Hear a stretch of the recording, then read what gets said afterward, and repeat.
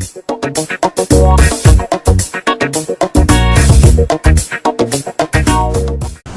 Ambassador Nicholas K, welcome to Universal TV. I think it is my second time to have an interview with you. Second, we are very happy, or we are congratulate you the work that you're doing here in Somalia, especially Mogadishu and all the regions of Somalia. And we are very happy to see that you are meeting with Somalia community around the world as to talk their country. So I wanted to ask you first, when the United Nations announced that you are the UN representative of Somalia, what do your office do here in Somalia? Well, thank you very much indeed for inviting me back to Universal TV. It's a very important opportunity for me to speak to many Somalis here and in the rest of the world. Thank you. The mission of the UN assistance mission in Somalia is really to now support this new phase of Somalia's history, where you have a legitimate, internationally recognized federal government. And we are here to support the strengthening of that federal Somalia, which is a big political task, as all Somalis now have to sit together and decide how a federal Somalia will work, how you will divide yourself into federal member states, and how you will share power and revenue and resources among them. It's a big political challenge, but it's one which the Somalis will lead and will resolve, and the UN is here to assist that mission politically. We have other tasks we're doing as well, mandated by the Security Council, which are very important, such as the promotion and protection of human rights, and also the building of capacity for the government and institutions to respect human rights. That's a very, very large part of our mandate. And then we also have a task to do in helping the government to coordinate international donor assistance, and very much particularly in the security sector, to strengthen the coordination for developing a strong Somali national security capability. Okay, we know that the UN office is just they're working here in Mogadishu, like UNSOM and other NGOs here. So how do you see the security now? In Mogadishu, frankly, the security situation is still very fragile, and over the last 6 months I have been here, I would say there's probably been several serious incidents which have made it much more difficult for us as the UN and other international partners to do their work. So it's a tough time, and we've had attacks on international targets, including Turkish embassy, for example, as well as the UN. But we are very determined that these will not stop us from working in Mogadishu. I live in Mogadishu, I work in Mogadishu, the mission is based here, and we will continue to do that. So how do you think to make rebuild Somalian military forces? This is an immediate challenge and also a long-term challenge. Since I arrived in June, I have very much focused on two security needs. One is really to strengthen actually AMISOM, because AMISOM is doing a lot of the security work and the fighting against Al-Shabaab, and has done it well and with success, but needed more resources to continue that. But the second is, most importantly, to strengthen the Somali National Army. Now that is both now to allow the Somali National Army that does exist to operate jointly with AMISOM, and I'm very pleased the Security Council has approved now a logistics support through the UN for the Somali National Army when it is conducting joint operations. That will be very important. It will give them transport, food, fuel, medical attention, very important things. That's immediately to make them operational or more operational.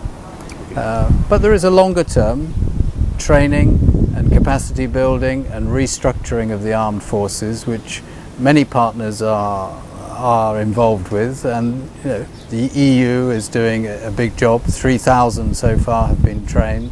There will be more.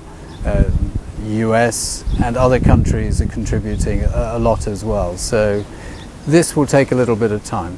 Do you believe that the Somalian army forces to manage their country more than 22 years, so that can be possible?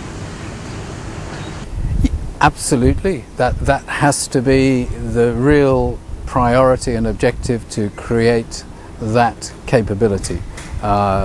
The international community, whether it's the UN or AMISOM and the African Union, have no intention or wish to stay here indefinitely. The real objective is to make sure that the Somali police, army, judicial system is able to operate effectively. Okay, the UN directive deals with the regions of Somalia. This approach, I think, undermines the authority of the federal government. Is that inclusive to all plans? Our role here is very clearly to support the federal government in its efforts to create a federal Somalia. Now, the federal government also deals with the different regions, and our role is to do likewise. So UNSOM has got offices now in Kismayo and in Baidoa, as well as in Garowe, and we will expand our presence, I hope, into the regions, in support of the federal government, and in support of this, as I said at the beginning, this important process of Somalis deciding amongst themselves how to form a federal state, and exactly what that means, which is part of also reviewing the constitution and eventually voting, probably in a referendum, on a new constitution. So it's very important that we should be in the regions, and we should be close to the Somali people. We certainly speak to anyone and everyone. We are not favouring one group or another. It's very important that we should listen and be accessible to all parties. The federal government has no resources, as you believe, to repeal or to build a strong and effective institutions, as you know. So what's the UN doing to help and to promote the federal government institutions? You're absolutely right. It is all about institution building, and I know President Hassan Sheikh Mahmoud and his government are very, very focused on the need to build institutions. This is something which we are doing through providing advice and technical expertise. And we have a lot of cooperation also with UNDP and other agencies that are providing this kind of support. It's something I think we need to do more of, and to do more quickly. And I think this is going to be something which, once the political issues at Villa Somalia now between the Prime Minister, President, and once those are all resolved and we can get back to normal business, then this is going to be a very high priority.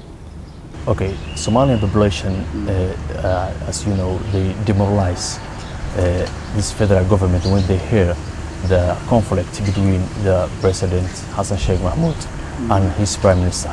So how do you see this conflict between two leaders? I mean, I think it's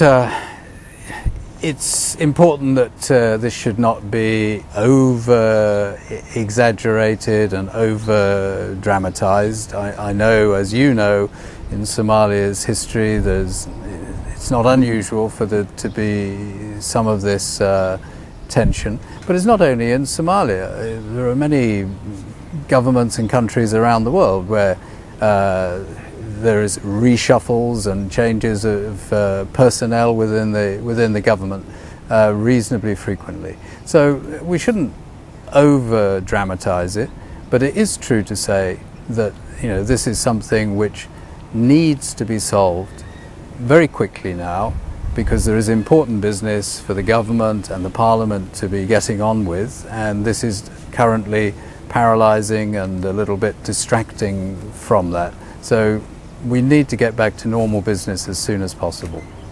Okay, could you please clarify the United Nations positions on the possible departures, as you know, of the Prime Minister and the damage it could cause? I mean, as I say, I think we will soon get back to a position where we have a government in place, focused on its task, and its task will be very much one of delivering what the Somali people are keen and desperate to see, which is better security, above all, better economic possibilities, social services, education, healthcare, and all the things that really matter. So I think as soon as we can have a government that has the chance to focus on that with highly competent, dedicated ministers in place, then this will be a good opportunity for Somalia. But it's going to take apparently some time. It may be now in the hands of the Parliament to decide. And things need to go absolutely according to the due process, and I'm encouraged that this is, if you like, a political problem or a political fight which is being resolved using the mechanisms and institutions that exist for that purpose. Okay. Recently there was a peace conferences in Mogadishu between Juba administration and the federal government. Do you think that conference or that results was fruitful? I do, actually, yes. I was in Addis for the signing of the agreement on the 28th of August, and we had supported that, and we still definitely think that this is a step forward. I said at the time and since that what is important is that this is a classic political agreement which involves give and take and compromise. So nobody has got exactly everything that they wanted from it, but that's politics. And now the important thing is to implement the agreement, particularly integrating some of the militia, disarming some of the militia, supporting the setting up of the local administration, and so its capacity to deliver needs to be helped to develop as well. There's important sort of steps that need to be taken. Okay, what's the purpose of your visit to Puntland? Puntland, this was my third visit in 6 months that I've been here. This visit is very much was to support and encourage a free and fair and credible electoral process. So I went there to listen and learn from everybody involved, from the candidates, the traditional leaders, the government now, civil society, to listen and hear their perspectives and their concerns, to see how things were going and whether the UN could help to support this. Okay, as you know, Puntland has stopped cooperating with the federal government temporarily. Was this issue raised in your visit to Puntland? This time, not enormously. I've discussed this before with President Farole and the Puntland authorities. I certainly believe it's important that there should be a strong cooperative relationship between Mogadishu and Garowe. Puntland is the only federal member state currently in Somalia, and so as such it has a privileged position, but it also has duties and responsibilities as well to act in support of the federal Somalia. What I have said and emphasized in my talks is that we do hope as the UN that whoever is elected president, whichever of the candidates is elected, that after the 8th of January they will be committed to a strong and cooperative relationship with Mogadishu, and I think that seems to be the intention from what I heard. Okay, the cyclone hit Puntland last week, as you well aware of. What was the response from United Nations in terms of food, shelters and medicine? The UN has been very quick and active on the ground, working with other partners and working with the Puntland authorities. But some of the very sort of quick responses which the UN has provided is, for example, food for 4,000 households. That's for 24,000 people for a month, and that's a food distribution that our WFP has conducted. We've also focused on the great challenge of the water, which a lot of the wells have been contaminated, so we've identified 7 that will be rehabilitated, and also water purification treatments. 2.5 million tablets are available and being distributed. Livestock is a big issue, and our FAO colleagues, Food and Agricultural Organization, have been conducting detailed assessments of how many animals have been lost, and they're looking at immediately treating the surviving animals, some of whom are quite sick, and they're providing veterinary care. And then they're looking longer term at the challenge of and replacing the dead livestock, which is the livelihood of many people. So I think the UN has, as I say, along with many others, other neighbouring countries, Djibouti, Ethiopia and others have contributed generously. So I think the response is on track. Okay, when do we see UN building hubs, schools, hospitals in Somalia, especially here in Mogadishu? Already the UN is supporting a lot of education and healthcare across the whole of Somalia. 760,000 primary children are at school, sponsored by UNICEF at the moment, and I'm pleased that nearly half of those are girls.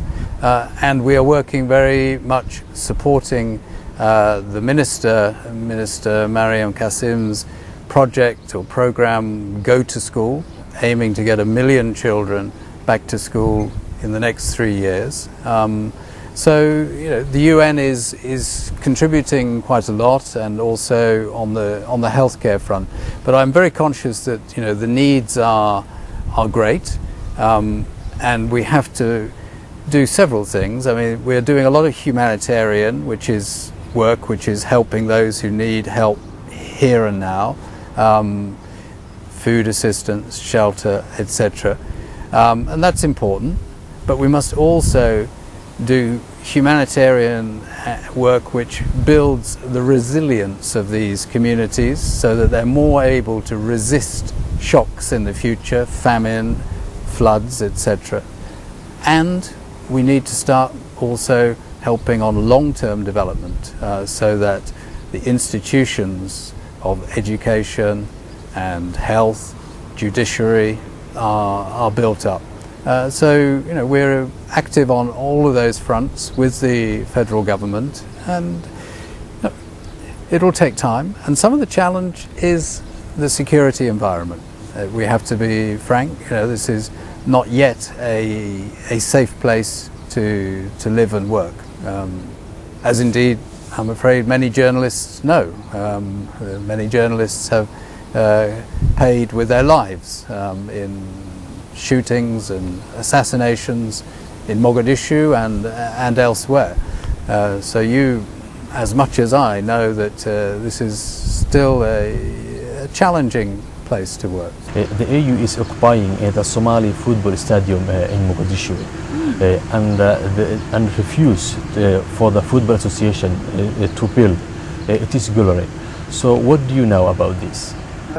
I'm not very informed of the details. I've heard of this case before, and I mean, I certainly have a lot of sympathy with the. I've met, for example, the Somali National Olympic Association and Committee. I mean, it would be ideal if Somalis and Somali youth could enjoy all the facilities that there are, the stadiums, etc.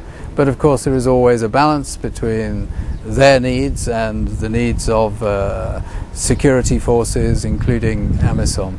And I am sure that AMISOM and African Union have no intention to use facilities for longer than is necessary.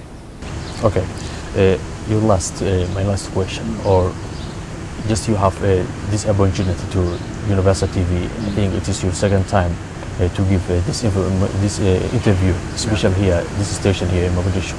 What are you going to say, Somali people, Somali diaspora, and also all Somali communities?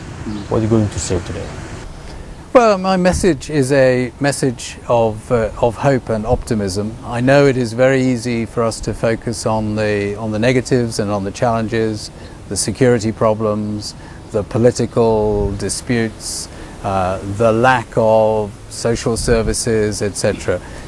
All of that is absolutely true, but in the bigger picture, I really do believe that Somalia has turned the page on its last 22 years of chaos and violence, and there is a real will and determination from Somalis, which it is my duty to support, a real will to see now proper government, proper institutions, and a peaceful solution to the problem of creating a federal state.